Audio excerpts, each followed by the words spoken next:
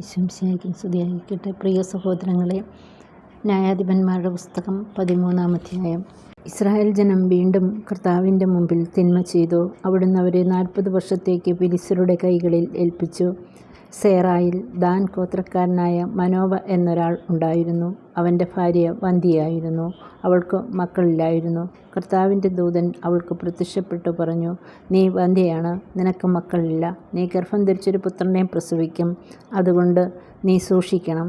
വീഞ്ഞോ വീര്യമുള്ള പാനീയങ്ങളോ കുടിക്കരുത്. അശുദ്ധമായതൊന്നും ഭക്ഷിക്കുകയുമരുത്. നീ ഗർഭം ധരിച്ചൊരു പുത്രനെ പ്രസവിക്കും. അവൻ്റെ തലയിൽ ക്ഷൗരക്കത്തി തൊടരുത്. അവൻ ജനനം മുതൽ ദൈവത്തിനു നാസീർ വ്രതക്കാരനായിരിക്കും. അവൻ ഫെലിസ്ത്യരുടെ കൈകളിൽ നിന്നും ഇസ്രായേലിനെ വിടുവിക്കാൻ ആരംഭിക്കും.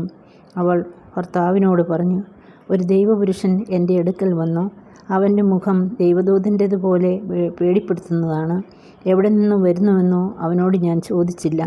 അവൻ പേര് പറഞ്ഞതുമില്ല. അവൻ എന്നോട് പറഞ്ഞു, നീ ഗർഭം ധരിച്ചൊരു പുത്രനെ പ്രസവിക്കും. വീഞ്ഞോ വീര്യമുള്ള പാനീയങ്ങളോ നീ കുടിക്കരുത്. അശുദ്ധമായതൊന്നും ഭക്ഷിക്കരുത്. ബാലൻ ആജീവനാന്തം ദൈവത്തിന് നാസീർ വ്രതക്കാരനായിരിക്കും. മനോവ കർത്താവിനോട് പ്രാർത്ഥിച്ചു, കർത്താവേ, അങ്ങ് അയച്ച ദൈവപുരുഷൻ വീണ്ടും ഞങ്ങളുടെ അടുക്കൽ വന്നു. ജനിക്കാനിരിക്കുന്ന ശിശുവിനു വേണ്ടി ഞങ്ങൾ എന്താണ് ചെയ്യേണ്ടതെന്ന് അറിയിക്കാൻ ഇടയാക്കണമേ. മനോവയുടെ പ്രാർത്ഥന ദൈവം കേട്ടു. വയലിൽ ആയിരിക്കുമ്പോൾ ദൈവദൂതൻ വീണ്ടും സ്ത്രീയുടെ അടുക്കൽ വന്നു. ഭർത്താവായ മനോവ അവളോട് കൂടെ ഉണ്ടായിരുന്നില്ല. അവൾ പെട്ടെന്ന് ഓടിച്ചെന്ന് ഭർത്താവിനോട് പറഞ്ഞു, എൻ്റെ അടുക്കൽ കഴിഞ്ഞ ദിവസം വന്ന ആൾ വീണ്ടും പ്രത്യക്ഷപ്പെട്ടിരിക്കുന്നു. മനോവ എഴുന്നേറ്റ് ഭാര്യയുടെ പിന്നാലെ ചെന്നു. അവനോട് ചോദിച്ചു, ഇവളോട് സംസാരിച്ചവൻ നീ തന്നെയോ? അവൻ പറഞ്ഞു, ഞാൻ തന്നെ. അപ്പോൾ മനോവ ചോദിച്ചു, നിൻ്റെ വാക്കുകൾ നിറവേറുമ്പോൾ ബാലൻ്റെ ജീവിതചര്യ എങ്ങനെ ആയിരിക്കണം? അവൻ എന്താണ് ചെയ്യേണ്ടതെന്ന് കർത്താവിൻ്റെ ദൂതൻ മനോവയോട് പറഞ്ഞു. ഞാൻ സ്ത്രീയോടെല്ലാം പറഞ്ഞതെല്ലാം അവൾ പാലിക്കട്ടെ. മുന്തിരിയിൽ നിന്നുള്ളതൊന്നും അവൾ ഭക്ഷിക്കരുത്. വീഞ്ഞോ ലഹരി പദാർത്ഥങ്ങളോ കുടിക്കരുത്. അശുദ്ധമായതൊന്നും തിന്നുകയുമരുത്. ഞാൻ അവളോട് കൽപ്പിച്ചതൊക്കെയും അവൾ പാലിക്കണം. മനോവ കർത്താവിൻ്റെ ദൂതനോട് പറഞ്ഞു, ഞാനൊരു ആട്ടിൻകുട്ടിയെ പാകം ചെയ്യുന്നതുവരെ നിൽക്കണമേ. കർത്താവിൻ്റെ ദൂതൻ പറഞ്ഞു, നീ പിടിച്ചു നിർത്തിയാലും നിൻ്റെ ഭക്ഷണം ഞാൻ കഴിക്കില്ല. എന്നാൽ നീ പാകം ചെയ്യുന്നുവെങ്കിൽ അത് കർത്താവിന് ദഹനബലിയായി അർപ്പിക്കുക. കർത്താവിൻ്റെ ദൂതനാണ് അവനെന്ന് മനോവ അറിഞ്ഞിരുന്നില്ല. അവൻ കർത്താവിൻ്റെ ദൂതനോട്, നിൻ്റെ പേര് എന്ത്? നീ പറഞ്ഞത് സംഭവിക്കുമ്പോൾ ഞങ്ങൾ എങ്ങനെ നിന്നെ ബഹുമാനിക്കണമല്ലോ എന്ന് പറഞ്ഞു. ദൂതൻ അവനോട് ചോദിച്ചു, എൻ്റെ പേര് അത്ഭുതകരമായിരിക്കെ നീ അത് ചോദിക്കുന്നതെന്തിന്? അപ്പോൾ മനോവ ആട്ടിൻകുട്ടിയെ കൊണ്ടുവന്ന് ധാന്യബലികളോടുകൂടെ അത്ഭുതം പ്രവർത്തിക്കുന്നവനായ കർത്താവിൻ്റെ പാറപ്പുറത്ത് വെച്ച് അർപ്പിച്ചു.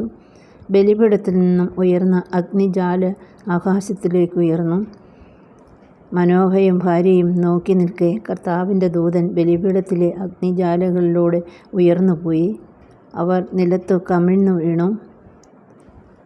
അവൻ മനോവയ്ക്കും ഭാര്യയ്ക്കും പിന്നീട് പ്രത്യക്ഷപ്പെട്ടില്ല. അത് കർത്താവിൻ്റെ ദൂതനായിരുന്നുവെന്ന് മനോവയ്ക്ക് വ്യക്തമായി.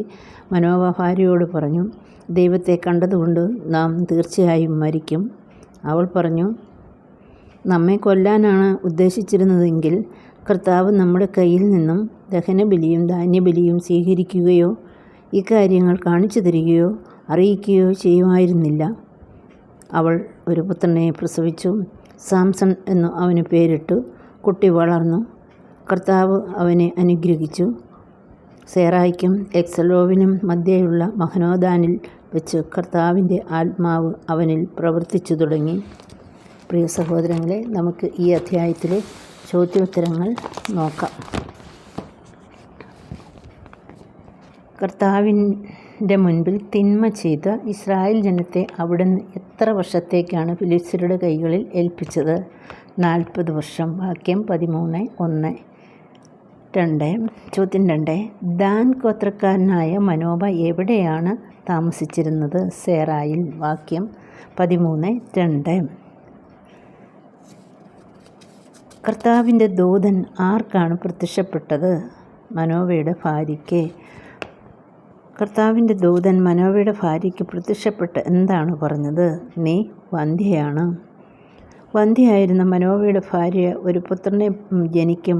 ബാലൻ ആജീവനാന്തം ദൈവത്തിന് എന്ത് വ്രതക്കാരനായിരിക്കും എന്നാണ് ദൂതൻ പറഞ്ഞത്. നാസീർ വ്രതം. എന്താണ് നാസീർ വ്രതം? തല ക്ഷൗരം ചെയ്യാതിരിക്കുന്നത്. കർത്താവെ, അങ്ങ് അയച്ച ദൈവപുരുഷൻ വീണ്ടും ഞങ്ങളുടെ അടുക്കൽ വന്ന് ജനിക്കാനിരിക്കുന്ന ശിശുവിനു വേണ്ടി ഞങ്ങൾ എന്ത് ചെയ്യണമെന്ന് അറിയിക്കാനിടയാക്കണമേ. ആരാണിങ്ങനെ കർത്താവിനോട് പ്രാർത്ഥിച്ചത്? മനോവ. വാക്യം 13:8. മനോവ ദൂതനോട് ചോദിച്ചു, ഇവളോട് സംസാരിച്ചത് നീ തന്നെയോ? ദൂതൻ എന്താണ് മറുപടി പറഞ്ഞത്? ഞാൻ തന്നെ. കർത്താവിൻ്റെ ദൂതൻ എന്താണ് മനോവയോട് പറഞ്ഞത്? ഞാൻ സ്ത്രീയോട് പറഞ്ഞതെല്ലാം അവൾ പാലിക്കട്ടെ. വാക്യം 13:13. മനോവ എന്താണ് കർത്താവിൻ്റെ ദൂതനോട് പറഞ്ഞത്? ഞാൻ ഒരാട്ടിൻകുട്ടിയെ പാകം ചെയ്യുന്നതുവരെ നീ നിൽക്കണമേ. വാക്യം 13:15. ദൂതൻ എന്താണ് മനോവയോട് പറഞ്ഞത്? നീ പിടിച്ചു നിർത്തിയാലും നിന്റെ ഭക്ഷണം ഞാൻ കഴിക്കുകയില്ല. മനോവ കർത്താവിൻ്റെ ദൂതനോട് നിന്റെ പേര് എന്തെന്ന് ചോദിച്ചപ്പോൾ ദൂതൻ എന്താണ് പറഞ്ഞത്? എൻ്റെ പേര് അത്ഭുതകരമായിരിക്കെ നീ എന്തിനത് ചോദിക്കുന്നു? മനോവ ആട്ടിൻകുട്ടിയെ കൊണ്ടുവന്ന് ധാന്യബലികളോടും അത്ഭുതം പ്രവർത്തിക്കുന്നവനായ കർത്താവിൻ്റെ പാറപ്പുറത്ത് വെച്ച് അർപ്പിച്ചു. അപ്പോൾ എന്താണ് സംഭവിച്ചത്? ബലിപീഠത്തിൽ നിന്ന് ഉയർന്ന അഗ്നിജ്വാലയിലൂടെ കർത്താവിൻ്റെ ദൂതൻ ഉയർന്നുപോയി. മനോവയും ഭാര്യയും എന്തു ചെയ്തു? അവർ നിലത്ത് കമിഴ്ന്നു വീണു. എന്താണ് മനോവയുടെ മകൻ്റെ പേര്? സാംസൺ. എവിടെ വെച്ചാണ് കർത്താവിൻ്റെ ആത്മാവ് സാംസണിൽ പ്രവർത്തിച്ചു തുടങ്ങിയത്? മഹനോദാനിൽ വെച്ച്. വാക്യം 13:20. പ്രിയ സഹോദരങ്ങളെ, നിങ്ങൾ ഈ അധ്യായം മുഴുവനും കേട്ടതിനും ഇതിന് ചോദ്യോത്തരങ്ങൾ കേട്ടതിനും ഒത്തിരി നന്ദിയോടെ നിങ്ങൾക്കെല്ലാവർക്കും ഒത്തിരി സ്നേഹത്തോടെ നന്ദി പറയുന്നു.